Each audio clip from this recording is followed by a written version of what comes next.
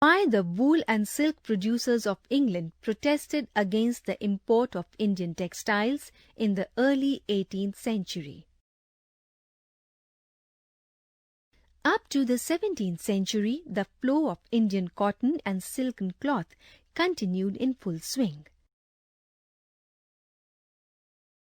But in the early 18th century, the wool and silk producers of England began to protest against the import of Indian textiles due to various obvious reasons. Initially, the English merchants had to buy Indian cloth in exchange for precious metals like silver and gold.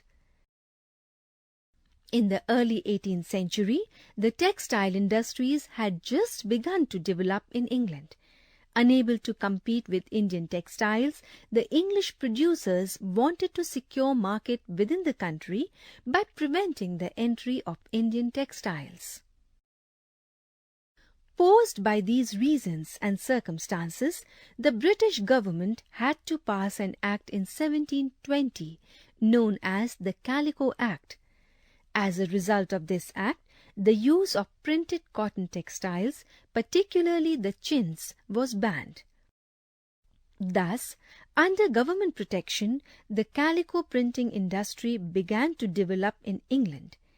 Initially, Indian designs began to be imitated and printed in England on white muslin or white cloth imported from India. The English scientists and engineers also came to the help of the industrialists. The invention of the flying shuttle by John Key, the spinning jenny by James Hargreaves, water trams by Arkwright, the mule by Samuel Gramophone, the power loom by Cartwright, the cotton gin by Whitney, the steam engine by Newcomen, and later on improvement in it by James Watt, revolutionized the cotton textile industry and made it possible to produce cotton cloth in great quantities and cheaply too.